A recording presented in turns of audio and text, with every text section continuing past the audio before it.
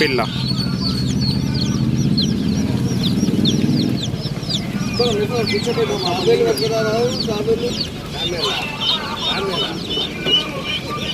తాబేళ్ళు seize చేస్తారు. అది లేదు పర్మిషన్.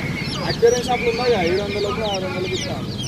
చిన్నవి జీవితం చిన్నవి షార్క్ ట్యాంక్ ఇండియా దాని ఫుడ్ కూడా అమ్ముతాడు. కనబడి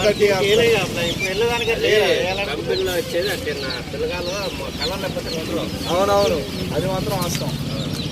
ఈ 10 రూపాయలు కూడా ఇప్పుడు బరాబరే. 6 రూపాయలు. అవునవును, ఓకే.